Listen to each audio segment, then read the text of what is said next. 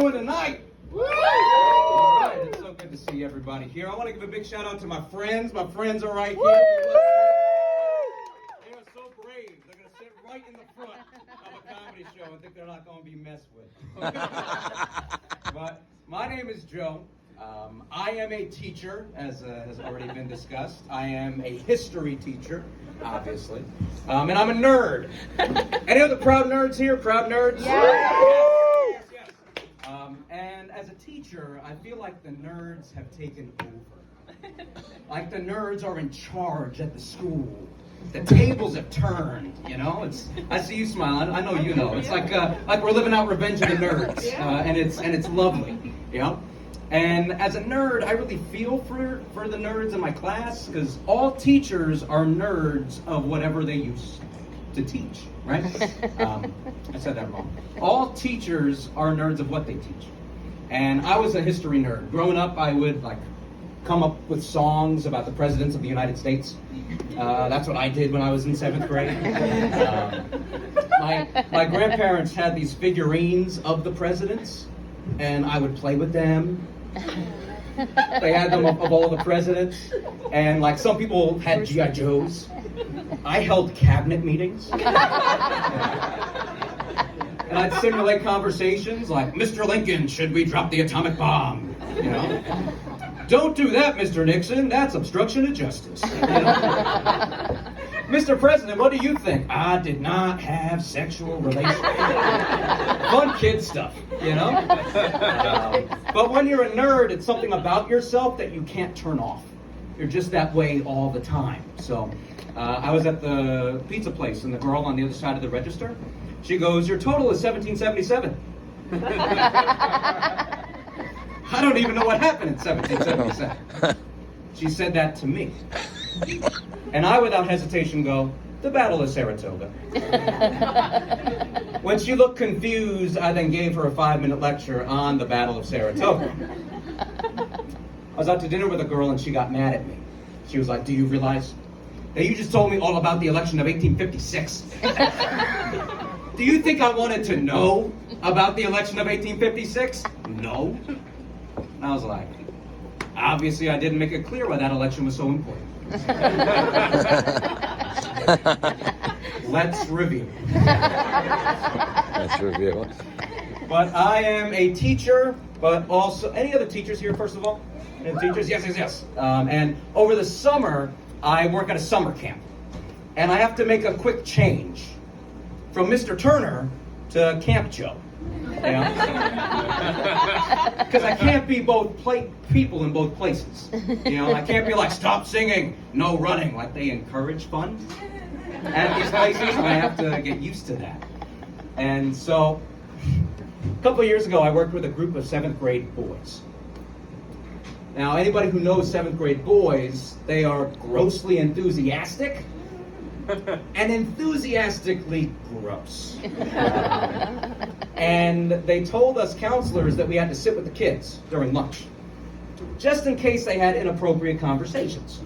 Because what could go wrong with a group of 7th grade boys? And I found, as I sat in these lunch tables, that these conversations are absolutely downright intellectual. I've called them lunchtime camp debates. They sit around, and one day they were like, why are ladybugs called ladybugs? They're not all ladies. What do you call a male ladybug? And I was like, I am underqualified for this camp. Like, who let the MIT students into the camp having these conversations? You know? They sat around, they were like, can you milk a snake? And I didn't know if they were being gross. Like, I was listening carefully. I didn't know if they were talking about, milking their snakes. You know?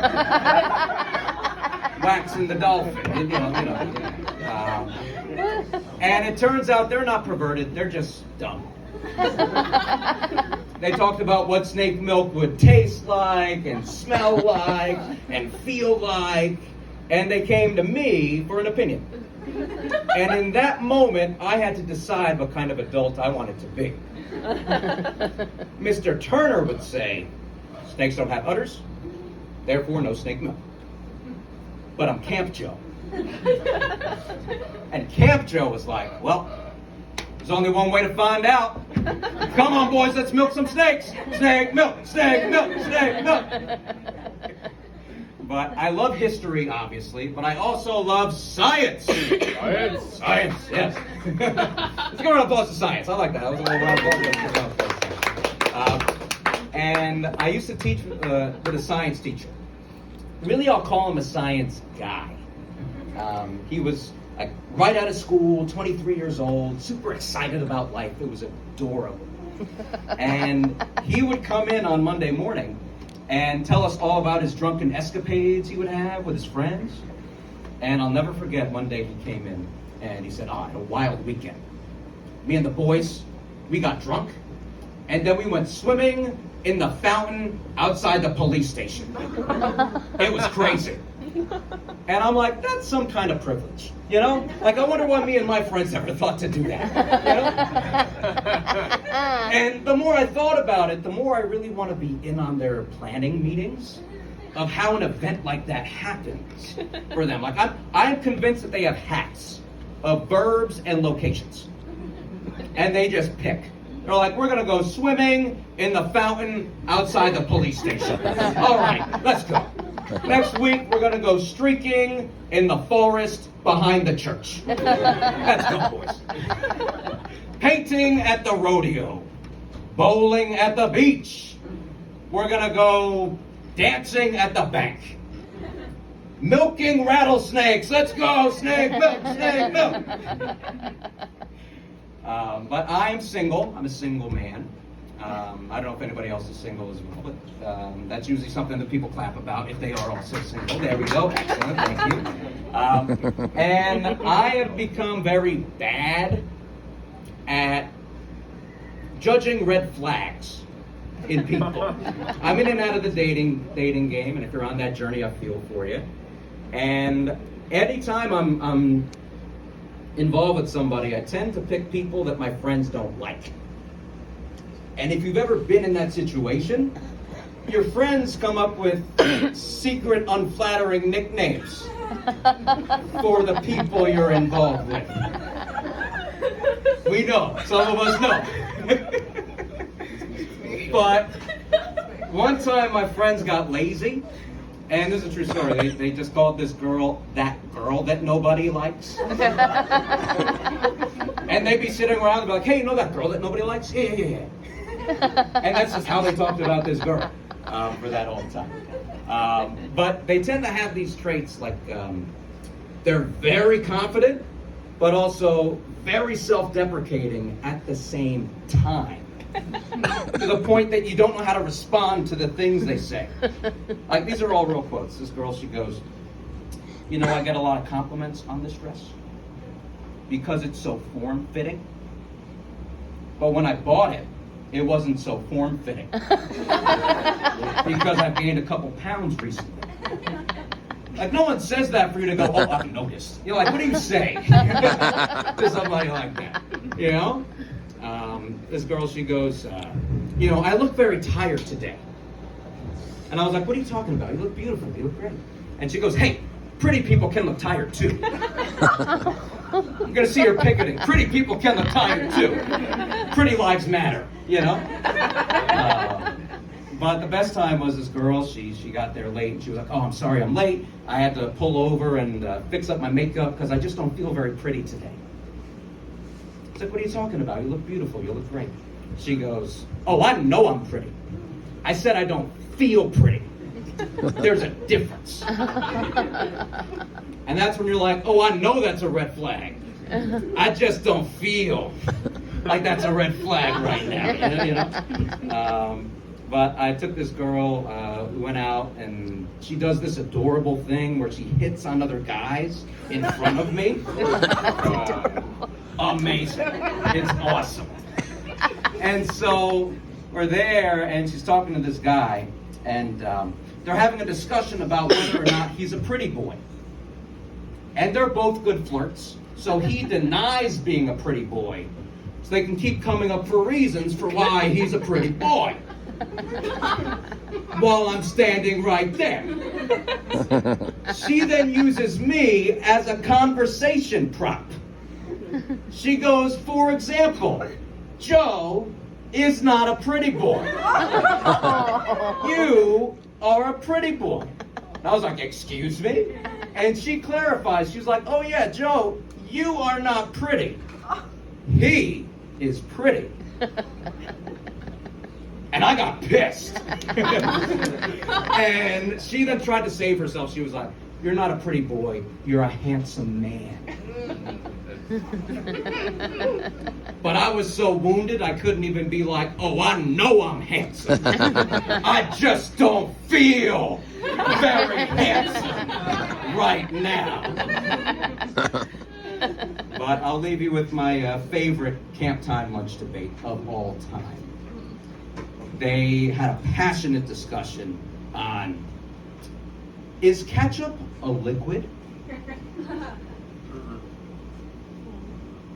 And again, they really got passionate about this one. And there were 3 kids that I loved in this debate. The first one, he's like, listen, none of you understand. None of you get it. He went, he grabbed a paper plate, and this is all he did. He dipped some ketchup on it. That's all he did. That was his whole argument. He dipped some ketchup on a paper plate and pointed at it. It's like, thank you for the visual aid. This is ketchup. Yes. The second guy goes, ketchup is a liquid with a very high viscosity. There were immediately 2 groups.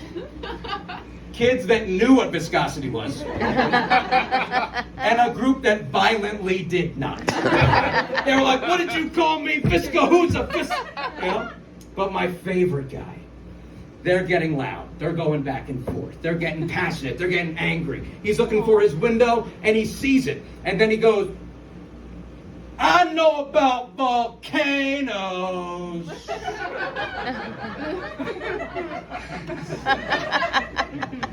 And it was beautiful. Because how many times have we been there?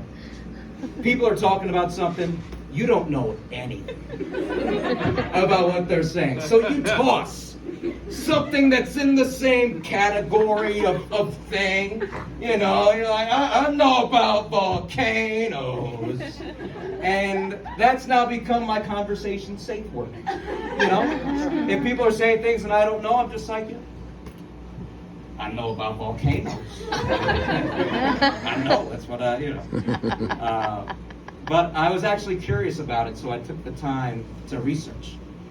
It turns out that when snakes produce venom, it's called milking the snake.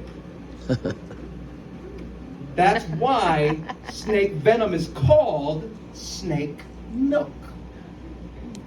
Turns out I was the dumbest person at that lunch table, as they had a high-minded discussion about nature and science. But that's okay, because I know about volcanoes. Thank you very much. Yeah, Joe.